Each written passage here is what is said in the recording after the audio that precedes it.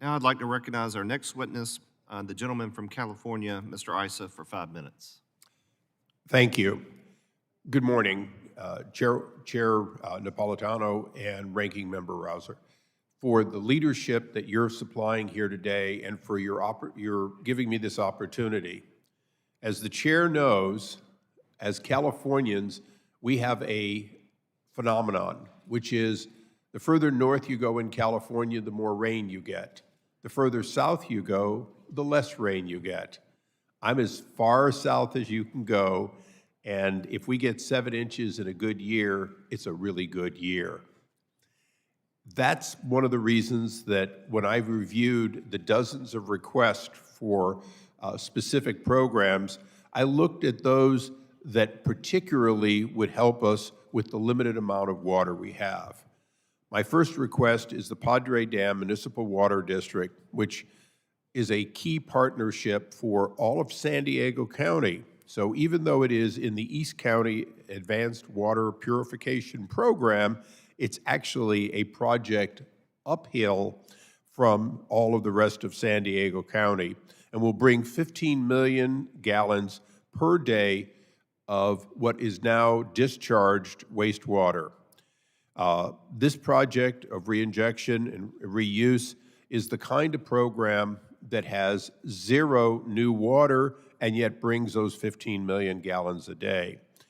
I'm told that the support for the region will represent 30% of the region's drinking water demand. This project is supported by my partner downstream, Sarah Jacobs, and myself. My second project is one that my predecessors have worked on for many years, but we're really at a point where this final funding can make the final difference to complete this program. It's called the Escondido Creek Flood Control Project, and I'm doing this jointly. Currently, this is my entire district, but under the presumption of redistricting in California, Mr. Peters and myself will share this flood area.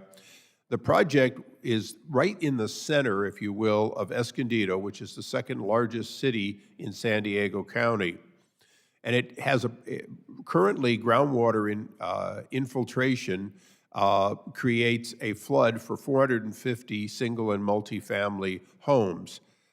By implementing this project, not only will we save the water for other use, but we will eliminate the flood insurance premiums paid for by these individuals. And this would conclude the project with the matching funds coming from other sources. Third is one that is particularly near and dear. Although I had many applications, only one matured sufficient to ask for it. As you may know, the 50th Congressional District enjoys more federally recognized tribes than almost all other districts combined, with 18 tribal communities. In this case, the Rincon Band of Lucenio Indians is seeking approximately 1 mile of water distribution line, which they are providing the additional funds for reclaimed water. Currently, the tribe relies entirely on well water, and this discharge recapture will literally create new water where it otherwise wouldn't be. One of the advantages of this tribe's application is that they have fully funded their portion of it, and it is supported by the surrounding communities. All of these projects are supported by local funding matches and recognized by the Army Corps of Engineers as appropriate for designation as environmental infrastructure under the Water Development Resources Act.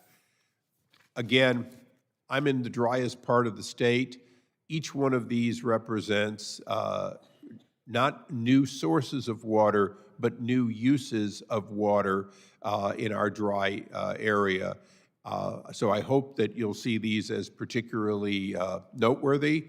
Again, there were many more applications that we did not forward because we felt that we should focus on the ones that had the most immediate benefit to the area and ones where you could look and say, you do this you dramatically improve water quality for the people of San Diego and Riverside County.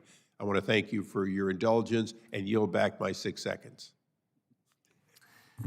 We thank our friend from California. Are there any questions for our friend from California? Seeing none, we'll move to our next witness.